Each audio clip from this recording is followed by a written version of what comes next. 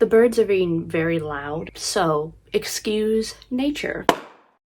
Hi everybody, welcome back to my channel. My name's Allie. If you're new here, hello. If you're returning, welcome back. Thank you. I appreciate you for not being sick of me yet. So it is the end of April, reading wrap-up time. I read a fair amount this month. It wasn't my best reading month, it wasn't my worst. Started some bigger series this month. I read some different genres I haven't read in a while. All in all, it was a good month and I'm excited to jump into it with you guys. So I started off the month with some Colleen Hoover. I read both Confess and Hopeless. So Confess follows Auburn and Owen. Owen is an artist. Auburn is just kind of going through a tough time and just finds herself working for Owen unexpectedly, and Owen makes art based off of confessions that people write, and they kind of find their lives intertwining. I like 3.5 this one. It was good. It wasn't my favorite Colleen Hoover book, but it wasn't the worst. I have nothing bad to say against it. Having read, I have a paper cut on my finger. Where did this come from? But having read other Colleen Hoover books, I do like other ones better. And then Hopeless, technically like the first book that leads up into All Your Perfects. I guess you can also read All Your Perfects as a standalone, but I want to kind of try and read them in order. This was definitely a unique one.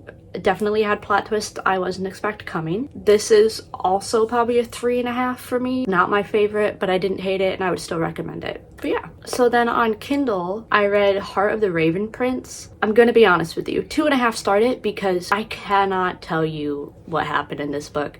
I don't remember it. I read it because it was like, oh, ACOTAR vibes. And pretty much any book for me that's labeled ACOTAR vibes, it's labeled that simply because it's Fae and human. And they're just like, Fae and human, ACOTAR. I couldn't tell you the first thing that happened in this book. It did not stick out to me. I had to like reread the synopsis on Goodreads to even remember what happened. Like, I don't remember reading the book. So yeah, we're gonna leave it at that. So then I started one of the first series that I started this month, which was the Shatter Me series. So I've read the first 2 books, Shatter Me and Unravel Me, and then I have read the first 2 novellas, Destroy Me and Fracture Me. So all in all, the first 2 main books I 4-star. I definitely am really enjoying this.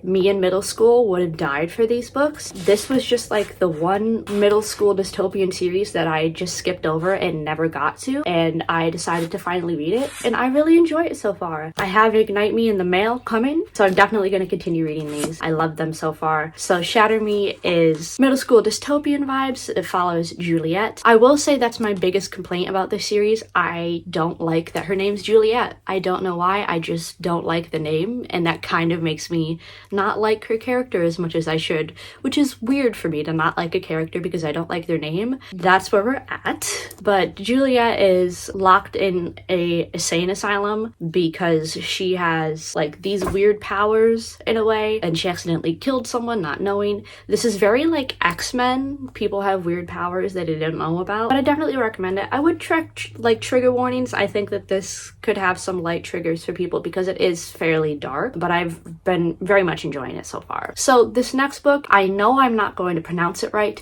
so I apologize in advance, but I read The Last Cuantista by Donna Barba Higuera. This I bought simply for aesthetics because it's a gorgeous book. Even under the dust jacket, it's got this like little snake going on. It's just a beautiful book. So I bought it for aesthetics and aesthetics only. I knew absolutely nothing about this going into it. I don't even think I read the inside like cover sleeve. I just bought it. This is probably another 2.5 star. Up until Shatter Me, I did not start this month on a high note. This is like sci-fi. I'm not necessarily a sci-fi person, but this is like dystopian but sci-fi. It's like WALL-E, the Disney movie WALL-E, where they all get sent to space because the Earth's dead. This is what this is. It's like a dark WALL-E, but like the main character's not a tiny little robot, it's a human. There's some Sandra Bullock movie where she's in space and like everybody dies and she's like the only one up there, and there's some other one where they're sent to space, and I don't know. There's so many like sci-fi space movies that are adjacent to what this book is. But basically Petra and her family, the Earth is dying, so her and her family are chosen to go onto this ship to be shot up into space and moved to a new planet to like restart the world. But it's a trip that will take like 4,000 years, so they're all put into like this hyper sleep so that they're sleeping for 4,000 years and they'll be woken up when they get there. So like all the cabin crew and stuff will be like dead when they get there, but their ship gets hijacked by people that are trying to brainwash them and like start their own version of the world, and Petra is one of the only people that like the brainwashing doesn't work on, so it's also kind of like a weird divergent thing.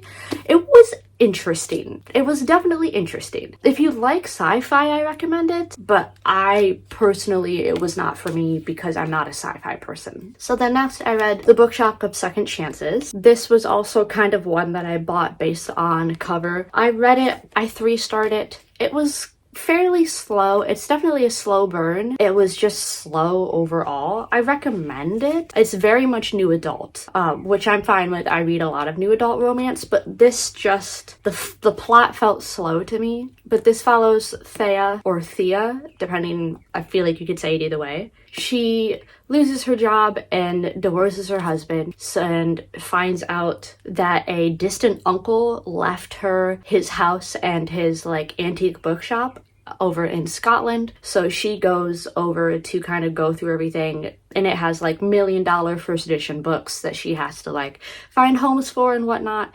And she meets the grumpy stoic character that works in like a neighboring bookshop, and they start up a romance, and it is their story. It's cute. It has some cute scenes, but it wasn't my favorite. I recommend it, but it wasn't my favorite. So then I read The Darkest Part of the Forest by Holly Black, who wrote the Cruel Prince series. I did not know this book existed, so when I saw it at Barnes & Noble, I immediately bought it. This, I 3-starred.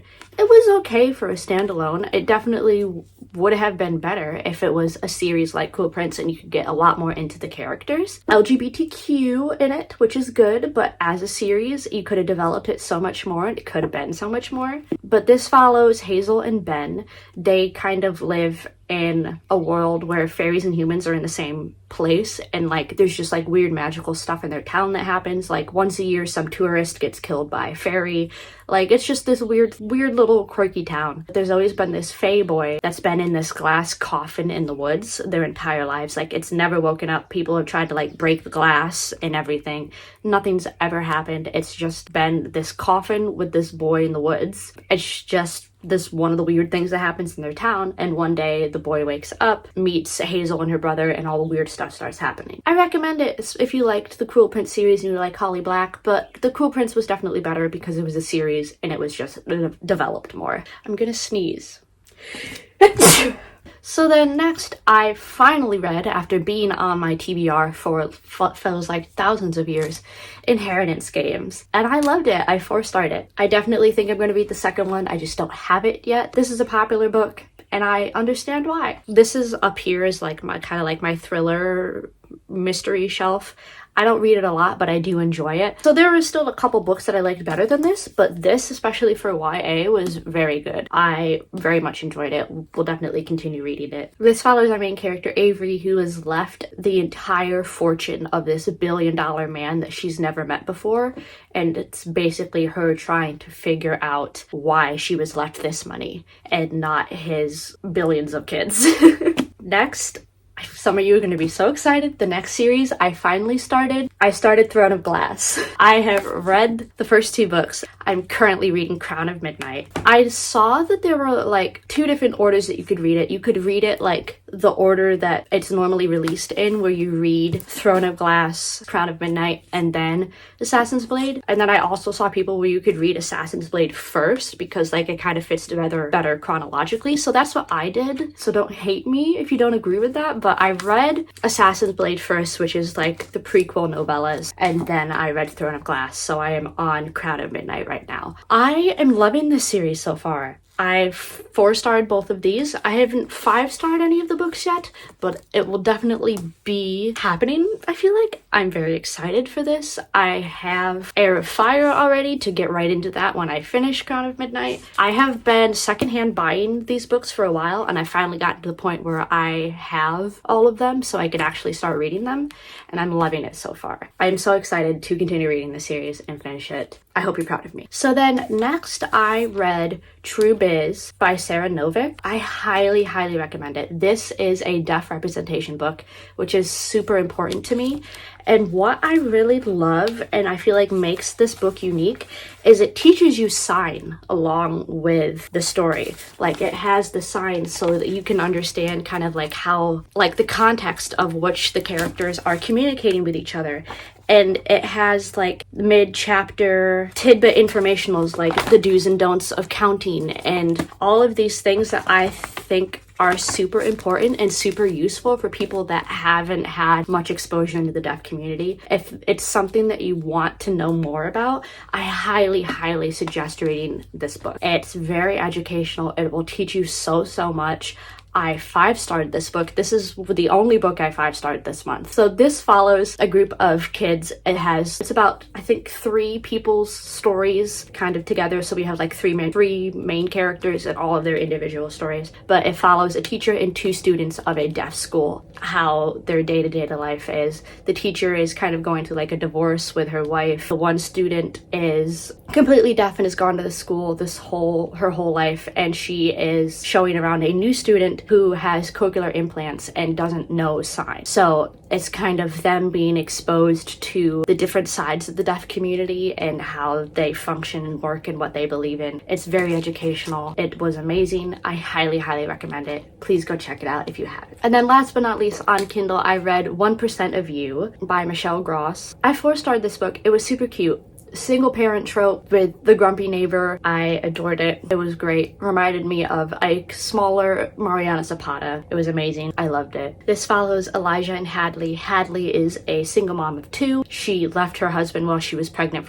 with her second kid. Her new neighbor is Elijah, who is grumpy tattoo artist. I love them. He hates kids and he just falls in love with her children, and it makes my heart happy, and I loved it. But yeah, those are all the books that I read in April. It was a good month. I'm excited to continue all of these bigger series. I'm predicting that I will finish the Shatter Me series this month. I think it would be a goal to finish the Throne of Glass series this month, but I don't know if that's obtainable because that's like a 7-book series. But we'll see. I'm excited. There's a lot I'm excited to read next month. Did we read any of the same books this month? What did you read this month? Have you read any of the ones that I read this month? What did you think about them?